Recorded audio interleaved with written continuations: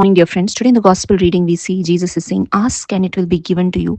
Seek and you will find. Knock and it will be open to you." And when we hear these verses, we know that we need to ask God. We know that we have to seek and we have to keep knocking. But what are we asking for? What are we seeking for? What are we knocking at? We are constantly seeking and desiring for the things of this world, for our physical comforts, for our bodily healings, and for all the luxurious prosperity things related to this world. But today, Jesus is telling us the truth, what we need to ask for. And He's giving us an example. He's saying, "You fathers here on earth, when your son asks for a fish, he will not give a snake instead, will he? Or if he asks for an egg, the father will not give him a scorpion, will he?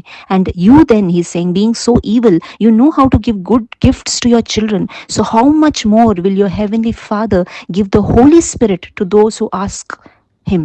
Today, my dear friends, we don't ask God for the Holy Spirit. And this is the need of the hour. We need the Holy Spirit because it is the Holy Spirit who will lead us to all the truths. And when we receive the Holy Spirit, we come to know the true identity of who we are in Christ. We come to know who Jesus is, what Jesus has done for us.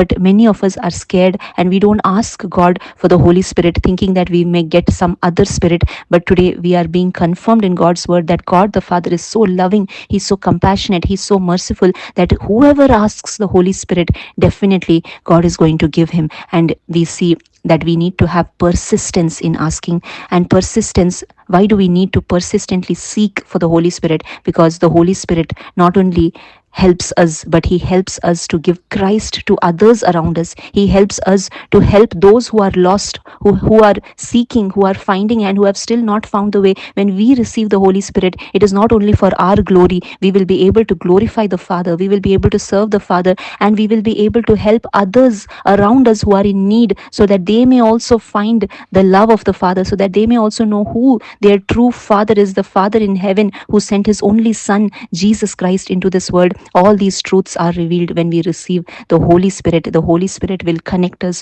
to the kingdom of God. The Holy Spirit doesn't connect us to the things of this world. And that is why today Jesus is telling all of us, ask for the Holy Spirit. And when you receive the Holy Spirit, you will know the truth, and the truth shall set you free. Thank you. God bless you.